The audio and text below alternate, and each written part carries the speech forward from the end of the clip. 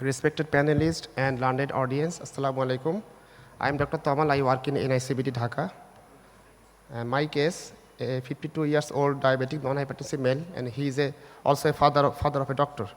And he was diagnosed as CCS. He had CCS class 2 angina and diagnosed as chronic stable angina, and ETT was positive in stage 2. And he was symptomatic, and so we had planned for CAG for him.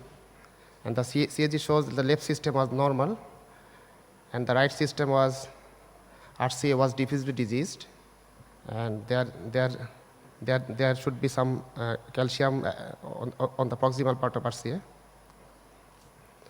And this is the RCA long segment calcified lesion with 80-90% stenosis in proximal and 90-95% stenosis in the distal part. So we planned for ad hoc PCI for him.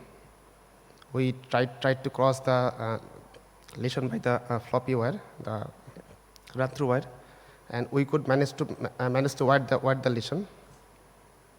Then we actually tried for IVAS, but the IVAS catheter was not going, and we tried to balloon the lesion first with 1.5 millimeter balloon. Then we upscaled the balloon to 2.0 into 20 millimeter, but the outcome was not satisfactory. Then we tried to pedal with 2 into 15 NC balloon, and even with the NC balloon, the flow was not satisfactory.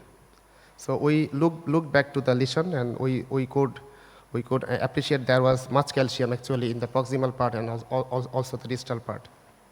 So it was an ad hoc case for him, ad hoc case for us. We changed the route, and we took the femoral route and the right Rudkin's catheter, and we put the TPM on, and we started for rota with 1.25 millimeter to create the lumen, and the rota bar in action for the first rota. And this is the outcome of the first rota. Then we started doing the second rota with 1.75 millimeter.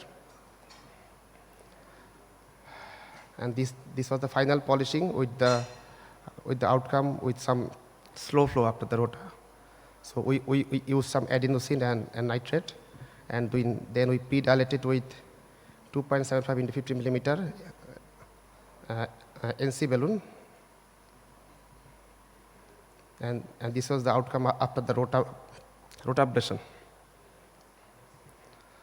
So we did the post-rota IVAS, and the IVAS showed there was, in the proximal RCA, there was 360-degree calcium, and the rota ablation cracked the proximal calcium, and there was a dissection in the mid RCA.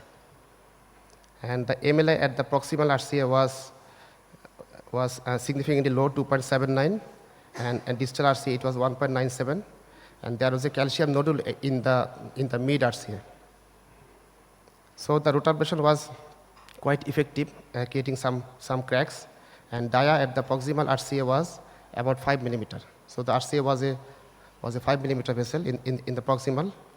So we took the distal stent 3 into 40 millimeter, and then we took the proximal stent 3.5 into 48 millimeter. And after the stenting, as you can see, the site of maximum calcium, the 360-degree calcium at the proximal part of the RCA, it is still quite stenosed. And the IVAS shows the malapposition at proximal part of the stent still present, and there is underexposure at the mid part after the stenting. So we did the post-dilation with the 4.0 into 12 millimeter NC balloon at 20 ATM, and then we did the 4.5 into 12 millimeter balloon at 20 ATM,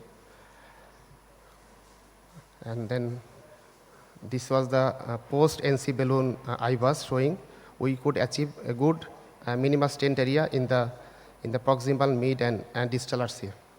And in the proximal RCA, it was 15.7 to the MSA. So we were satisfied with the outcome. This is the immediate outcome. And after giving some adenosine and DTN, we are satisfied with the outcome, and patient came to the CCU. Patient was just after the procedure, patient was a bit hypertension. We started dopa norin and give some normal saline bolus, but at about 5 p.m. there was some diaphragmatic contraction, and it was actually TPM induced. We did the repositioning of the TPM. Patient was TPM independent at 7 p.m. But at midnight, patient developed bradycardia and shock, and then again TPM reposition was done. And patient was doing reasonably well. But at the early morning, patient developed a cardiac arrest. And my colleague at CCU, he did the CPR, and put the patient on the mechanical ventilation. And the ABG was showing metabolic acidosis, hyperkalemia, and hyperglycemia. We are managing all those in CCU with very intense follow-up, half-hourly to hourly follow-up. And in the early morning, at about 8 a.m., when I did the bedside echo, it was showing some pericardial effusion and pericardial tamponade, possibly due to TPM lead injury. At the night, patient was a bit restless, and the TPM lead was repositioned. So possibly TPM leads cause some sort of pericardial effusion and pericardial tamponade. At this moment, we were losing the patient after this difficult PCI, but we did manage to do some urgent pericardial synthesis, and about 500 ml of hemorrhagic fluid came. And after that, patient BP was a bit improving. But even after the procedure, we had to closely monitor the patient in the CCU. Dopa norate was down titrated, and FiO2 was titrated according to SpO2. Patient developed AKI and hypernatremia, and we managed him accordingly, and patient was extubated on the second day. So my take-home message are, severely calcified coronary lesions are a challenge for interventional cardiologists. Rotational atherectomy or rotation is used to remove calcified plaques by ablation with a high-speed rotating bar. Team effort and intense post-procedure care can make a huge difference of life and death. Thank you.